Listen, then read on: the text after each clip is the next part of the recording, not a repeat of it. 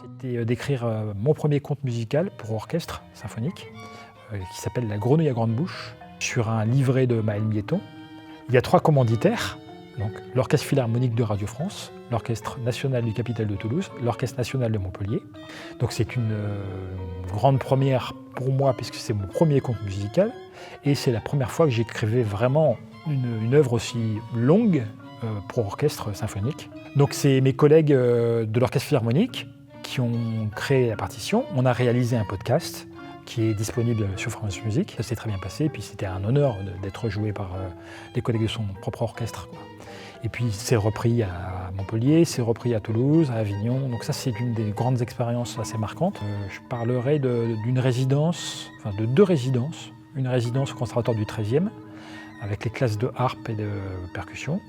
Je suis resté en résidence pendant 1 an pour composer pour les élèves, leurs professeurs.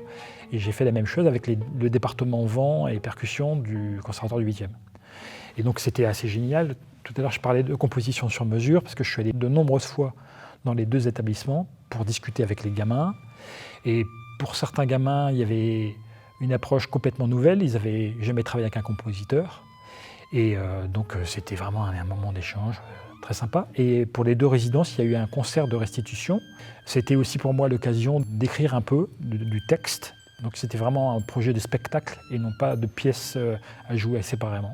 Donc cette idée de concevoir un spectacle de A à Z, ça m'a beaucoup plu, ça. Avec à la fois des amateurs, donc des élèves et des professionnels.